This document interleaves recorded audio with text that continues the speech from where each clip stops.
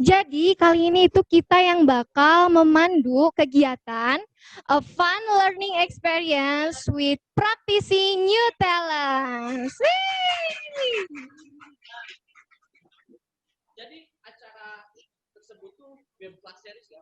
Iya. Karena hari ini acara pertama lah teh. Betul banget. Nah, ada quotes andalan hari ini. Nah, quotes kata orang kerja itu gak usah cari kerja keras. Tapi yes. Bersama Politeknik Praktisi Bandung, kuliah cerdas dengan jaminan penempatan kerja. Oke, nah ini yang pertama ya Kang ya. Nah, pasti adik-adik semua udah pada penasaran nih. Jadi hari ini kita bakal ngapain aja sih Kang? Nah, betulan hari ini tuh kita akan seru sekali ya. Ya. Ada puncak silat. Hey. Kita kedatangan narasumber dengan audiens yang sudah kita undang jauh-jauh ya. Kebetulan di sini ada yang dari Uzbekistan. Oh ya, itu ada dari Wakanda ya Kang. Oh iya ya. Oh iya. Aduh sedih banget itu kehilangan Bapak Wakanda Forever kita. Nah, selain itu kita akan mengenalkan tentang Politeknik Praktisi. Iya. New challenge. Ya, betul. Dengan narasumber nanti kita. Iya. Pasti hari ini sangat seru sekali ya. Iya, betul banget Kang. Nah, pasti adik-adik semua udah pada siap kan ya? Siap ya ngikutin kegiatan hari pertama ini? Oke. Nah, kalau kayak gitu kita langsung mulai aja yuk Kang. Nah, adik-adik, yuk kita mulai acara ini dengan menyanyikan lagu kebangsaan Indonesia Raya. Lagi pada audiens di sini juga pada sahabat online untuk berdiri di Iya. Oke. Kepada Teh Diana, dipersilakan untuk maju ke depan.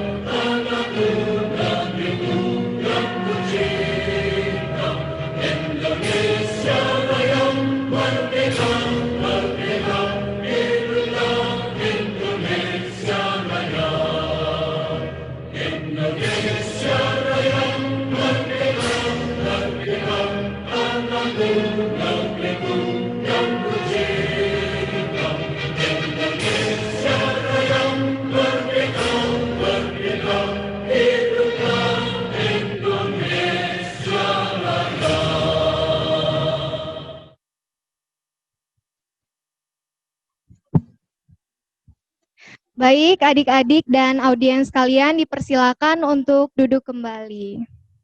Oke. Nah, adik-adik, sebelum mulai nih, Teteh pengen tanya dulu, apa di sini yang suka pesen ojek online? Hampir semuanya ya. Siapa di sini yang suka belanja online? Coba. Ya, hampir semuanya ya. Jadi hal-hal yang berbau online itu udah lekat banget sama kehidupan kita sekarang ini ya. Artinya apa? Artinya kita sekarang ini udah betul-betul ada di era yang namanya era digital. Revolusi 4.0. 4.0.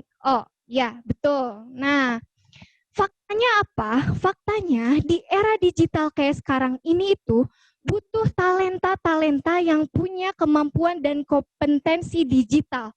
Kayak adik-adik sekalian. Tepuk tangan dulu dong. Ya. Nah, adik-adik, hari ini itu kita bakal menyimak gimana sih perkembangan politeknik praktisi di era digital kayak sekarang ini. Narasumber hari ini adalah narasumber yang sangat spesial dan luar biasa, yaitu Direktur Politeknik Praktisi Bandung. Yuk langsung aja kita sambut kepada Bapak Munir Muhammad Ali, kami persilakan. Silakan Pak duduk. Ya, di sini Pak. Selamat pagi Pak. Selamat pagi Pak. Ya, luar biasa ya Pak, sangat terasa sekali. Ya boleh Pak. Luar biasa ya Pak ya, hari ini sangat kerasa sekali gitu. Antusias dari para praktisi New Talents ini Pak. Wajah-wajah baru di Politeknik Praktisi Bandung gitu. Gimana kabarnya Pak? Alhamdulillah. Alhamdulillah Pak, sehat selalu. Iya Pak, nah kita udah pada nggak sabar nih, adik-adik yang di rumah juga udah pada nggak sabar nih Pak. Ingin tahu gimana sih perkembangan politeknik praktisi di era digital kayak sekarang ini gitu Pak. Langsung aja Pak, boleh. Nah, ini adik-adik semua selamat datang, selamat pagi, Assalamualaikum warahmatullahi wabarakatuh. Selamat datang dan selamat pagi juga untuk tamu terhormat kita Kang Daan di kampus Politeknik Praktisi Bandung di Jalan Merdeka 46 Bandung ya. Sebagai awal mungkin saya nggak terlalu serius dulu ya, jadi di sini mungkin ada yang ingin mengambil jurusan akuntansi, jurusan perpajakan, jurusan manajemen informatika gitu ya. Kalau jurusan manajemen informatika saya kira semua udah tahu itu memang sejak awal memang pekerjaannya bergelut dengan teknologi ya.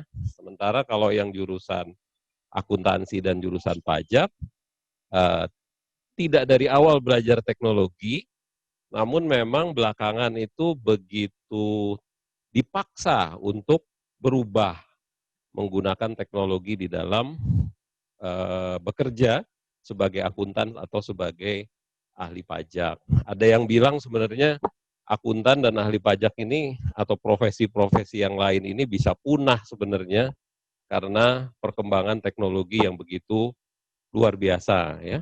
Terbukti nih Kang Daan sejak awal lulus jadi akuntan, nggak mau jadi akuntansi karena beliau udah tahu akuntan akan punah katanya. Jadi bagi yang mengambil jurusan akuntansi, jurusan perpajakan ini harus benar-benar waspada, harus benar-benar menyiapkan diri ya, menguasai teknologi yang begitu cepat tumbuhnya. Dulu kita hanya tahu ada internet, awalnya komputer, kemudian internet, kemudian perangkat-perangkat lunak. Tapi sekarang semua perangkat yang ada di sekitar kita itu praktis menjadi alat yang sangat ampuh untuk bisnis digital itu berkembang. Saya kira di dalam kesempatan berikutnya nanti akan ada sesi-sesi untuk memperkenalkan beberapa teknologi maju ya, antara lain termasuk drones dan juga Internet of Things ya. Kita tahu dulu handphone ini hanya bisa untuk telepon kan ya, tapi sekarang udah bisa untuk macam-macam, untuk berbagai macam transaksi, untuk bersosial media, di samping tentunya fungsi sebagai teleponnya tetap berjalan. Nah di luar ini sebenarnya sejak zaman dulu yang namanya pesawat itu juga sebenarnya udah canggih ya. Pesawat itu sekarang sudah bisa terbang sendiri katanya tanpa perlu pilot. Mobil juga sudah seperti itu ya. Kulkas saja katanya sekarang kalau dagingnya habis dia bisa mesen sendiri katanya ke department store.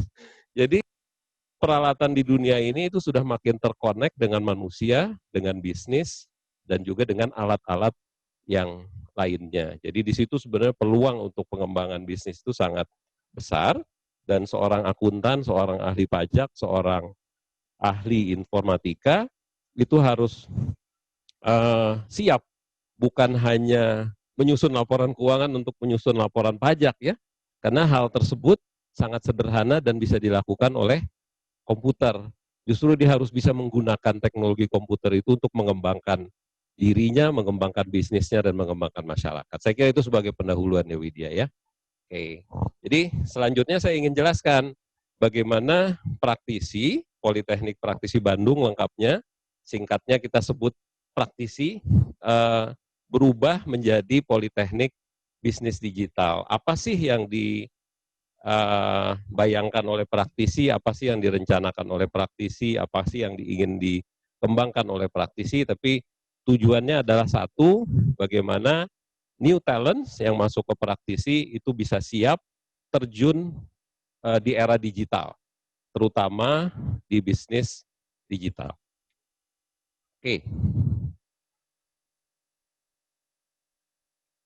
Kita lihat ada slide yang sudah saya siapkan. Mohon bersabar, mungkin jam 5 sore sih sudah selesai, Kang. Mudah-mudahan 15 menit ya selesai.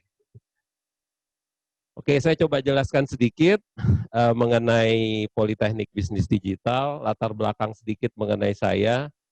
Saya punya 4 dunia, di sini hanya dicantumkan 2 dunia. Dunia pertama adalah dunia keluarga. Oh, nuhun.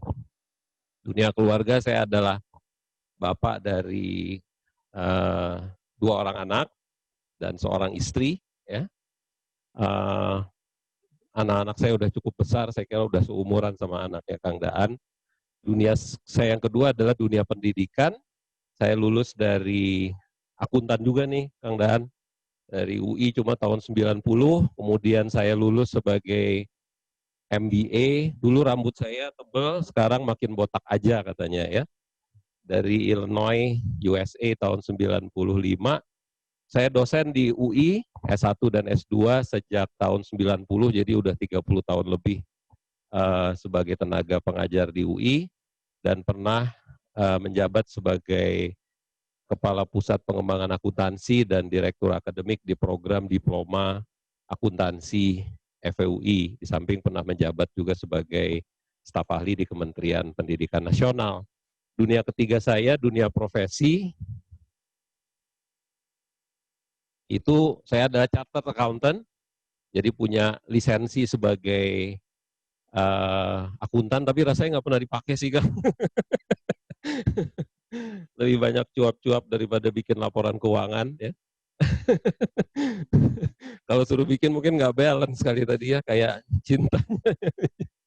Oke, yang kedua, sekarang saya adalah CEO dari Crow Indonesia. Crow Indonesia ini adalah kantor akuntan, lagi-lagi dunianya bergelut dengan dunia akuntan.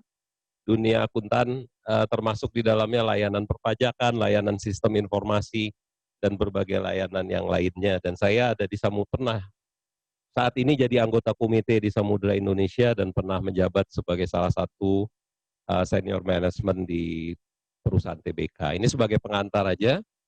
Dunia yang keempat, nah tebak sendiri gitu ya. Apa tuh dunia keempat? Saya lewat dulu kalau gitu sebelum bahas dunia keempat. Oke, lanjut.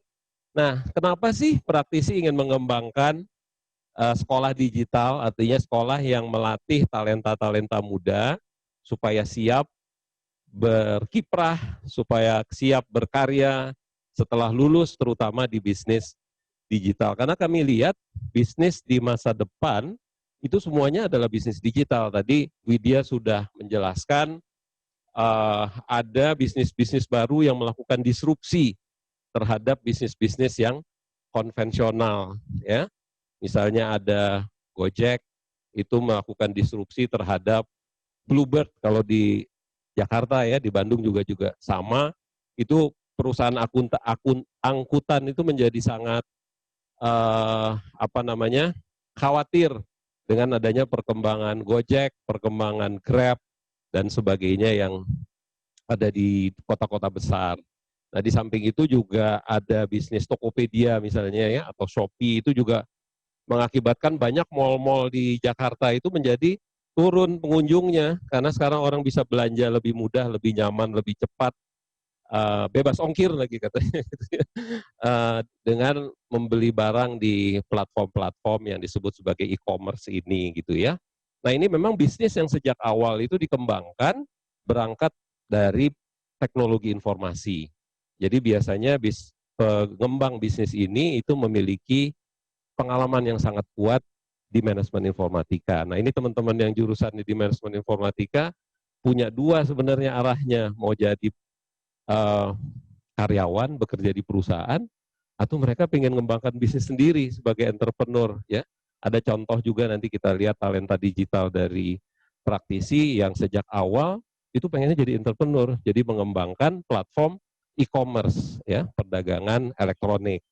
Nah, di samping itu juga bisnis-bisnis yang terdisrupsi tadi seperti Bluebird misalnya atau bank yang terdisrupsi oleh adanya GoPay dengan OVO itu tidak tinggal diam ya.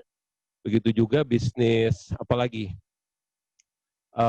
mall itu juga tidak tinggal diam. Mereka melakukan disrupsi. Matahari membuat platform online, ya. Bluebird juga membuat platform online. Begitu juga dengan misalnya bank itu juga sekarang semuanya banyak yang untuk cabang-cabangnya. Mereka membuka televisi juga, ya. Netflix, semua bisnis itu akan berkembang menjadi bisnis digital. Jadi suatu saat nanti tidak ada bisnis yang bisa bertahan tanpa melakukan transformasi berubah menjadi bisnis digital. Tidak terkecuali bisnis kecil dan bisnis menengah. Kalau lewat di Dago tuh menuju ke perempatan Jalan Layang Pasupati ya, yang ke arah atas, itu ada tulisan digitalizing small businesses. Ya, yang masang iklan di situ adalah Grab. Tahu Grab ya? Nah, Grab itu punya visi, dia ingin membuat UKM-UKM itu menerapkan teknologi informasi, bukan hanya untuk jualan, tapi juga untuk mengolah data karyawannya, untuk mengolah data stoknya, dan sebagainya, ya. Jadi UKM-UKM ini juga mau tidak mau harus melakukan transformasi. Nah, tadi Mbak Widya sudah menjelaskan bahwa dalam konteks seperti itu, sebenarnya akan sangat dibutuhkan talenta digital yang kompeten. Sisi lain dari itu sebenarnya adalah kalau kita sekolah di perguruan tinggi tidak kuat penguasaan teknologi informasinya, maka pada saat kita lulus bekerja akan kalah bersaing. Begitu juga pada saat kita berkarir, 2 tahun, 3 tahun kita tidak melakukan update terhadap teknologi informasi, maka kita akan makin ketinggalan. Jadi tidak aneh kalau dibilang akuntan itu adalah profesi yang akan punah. Begitu juga ahli perpajakan. Begitu juga dengan lawyer. Suatu saat mungkin juga dokter. Itu akan jadi profesi yang punah kalau dia tidak cepat berubah mengadopsi teknologi informasi. Lanjut Pak. Nah apa sebenarnya sih bisnis digital itu? Tadi dikasih contoh, ada Gojek, ada OVO, kemudian ada Tokopedia. Itu memang yang bisnis yang sejak awal di set up, ya, dibangun di atas sebuah platform digital menggunakan teknologi informasi, melakukan disrupsi terhadap bisnis-bisnis yang lain. Tapi sebenarnya kalau kita bayangkan, kalau kita sekarang pesan tiket Garuda, pesannya kemana? Ke Garuda Online, ya kan? Mau pesan hotel misalnya, hotel apa, pasti mereka punya online system. Mau pesan taksi, mereka juga punya online system. Jadi semua perusahaan itu melakukan transformasi terhadap bisnis digital, tidak terkecuali juga UKM suatu saat seperti itu. Jadi saya membayangkan sebenarnya suatu saat nanti kalau anak lahir, ya biasanya bagian dari ritual yang harus dilalui itu mungkin akan masang chip di badannya. Iya, karena yang namanya handphone suatu saat ini udah sangat dibutuhkan jadi bagian dari tubuh manusia, jangan-jangan. Ya, jadi bisa terjadi hal seperti itu. Jadi kalau bayinya nangis, nggak usah nangis keras-keras, baru nangis dikit aja ibunya udah bisa dengar dari jauh gitu ya, kira-kira. Itu sekedar ilustrasi saja ya, tapi apa memang seperti itu saya nggak tahu. Kemudian definisinya ada banyak, di sini 3 yang saya sampaikan.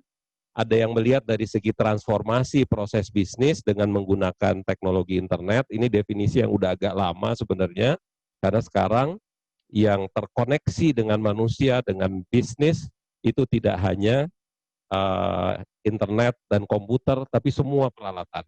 Ya. Kursi di bus itu bisa ngasih tahu bahwa kursinya kosong. Jadi kalau Anda di Cina, kalau nggak salah di Shanghai, kalau Anda naik bus, itu bisa ketahuan busnya kosong apa enggak. Dan Anda bisa booking tempat duduknya, karena tempat duduknya ngasih tahu bahwa tempat duduk saya itu kosong. Ayo silahkan naik, misalnya gitu ya. Nah itu dari segi teknologi. Kemudian ada juga yang melihat teknologi itu menciptakan nilai baru. Hal itu yang kita rasakan seperti Gojek sebenarnya. Ya, Gojek itu sebenarnya nggak punya taksi, nggak punya kendaraan, nggak punya moda transportasi, tapi di sebuah platform, dengan platform itu ada nilai-nilai baru yang dirasakan oleh manusia. Apa nilai baru yang dirasakan manusia terutama? Kemudahan kan ya.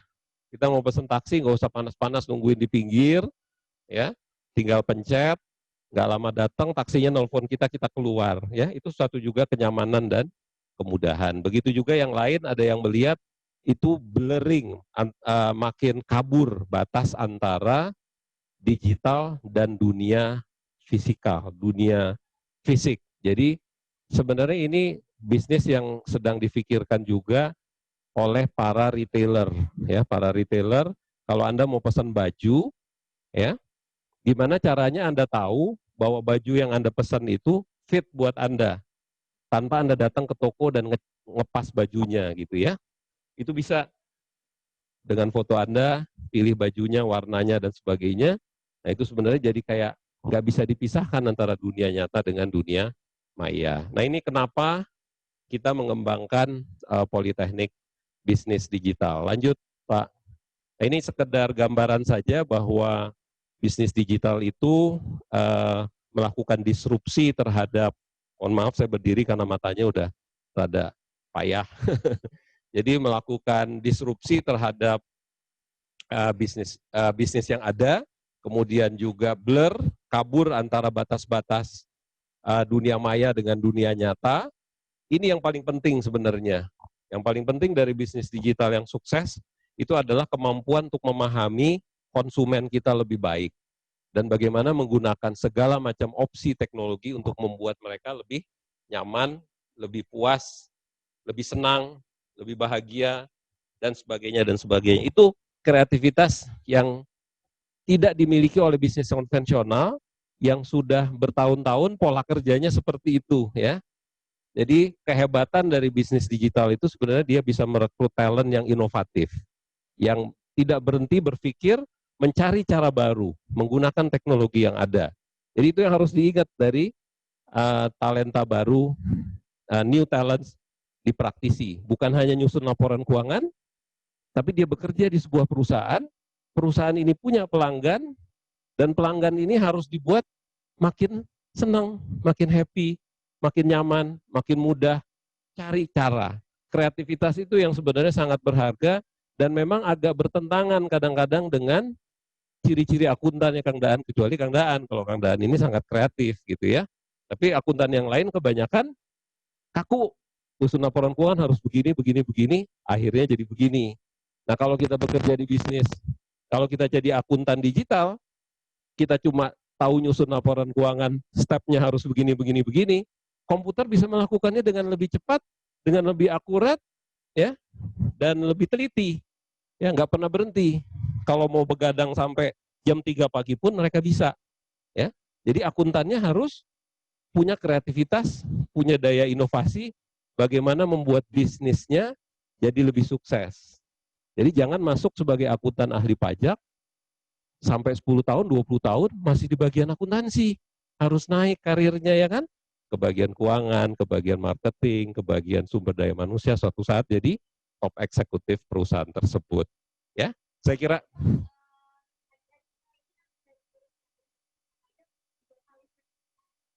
nah, betul. Nah, sertifikasi profesi ini sangat penting karena pada saat Anda bekerja, punya nilai jual yang sangat baik. Ya, sekarang perusahaan nggak hanya ngelihat ijazah, tapi dia ngelihat kemampuannya apa. Kemampuan itu dibuktikan oleh sertifikat kompetensi. Itu sebagai pengantar dulu ya Widya ya. Nanti kalau diperlukan penjelasan lebih lanjut, silakan. Wah, luar biasa sekali ya adik-adik, tadi kita sudah mendengarkan. Jadi, oh ya boleh tepuk tangan semuanya. Oke.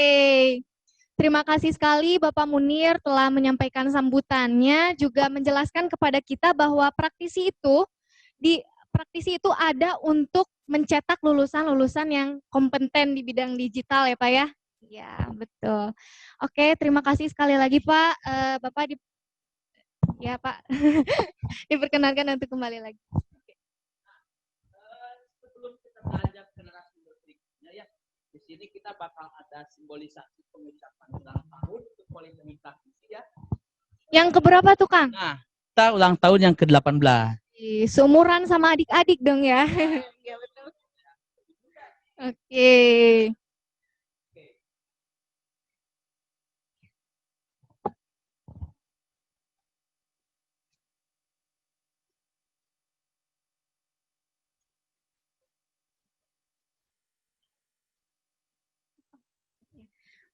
Pada Bapak Munir, Pak. Silakan, Pak. Iya, Pak. Oke, kita nyanyi sama-sama yuk. Selamat ulang tahun. Selamat ulang tahun. Selamat ulang, selamat ulang, selamat ulang tahun. Oke. Tiup lilin nih. Tiup lilin nih. Iya betul Pak. Juga ya. Apa? Ini dengan ulang tahunnya praktisi yang ke-18 dan ketemu sama adik-adik semua, kita senang dan kita harapkan masa depan kalian akan jauh lebih baik dari adik-adik yang lainnya. Amin. Yuk, pakai masker. Bahaya nih, nggak boleh.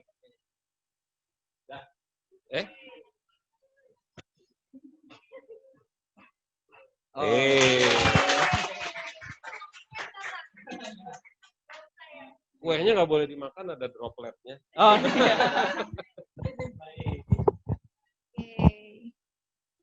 Iya. Nah, sebelum kita lanjut ke pemateri berikutnya yang lebih seru, ini kayaknya dari tadi pagi ada teman kita yang kelihatannya sumringah banget nih. Ayo coba kita lihat nih. Ini, ya. Om, yuk ke depan yuk. Ya. Rizky, oke. Ini sama Rizky ya? Ya. Rizky dari SMA mana tadi coba? 3 Bandung. Pasundan 3 Bandung. Kamu kelihatannya hari ini happy banget gitu. Kayaknya seneng ya ketemu sama teman-teman baru.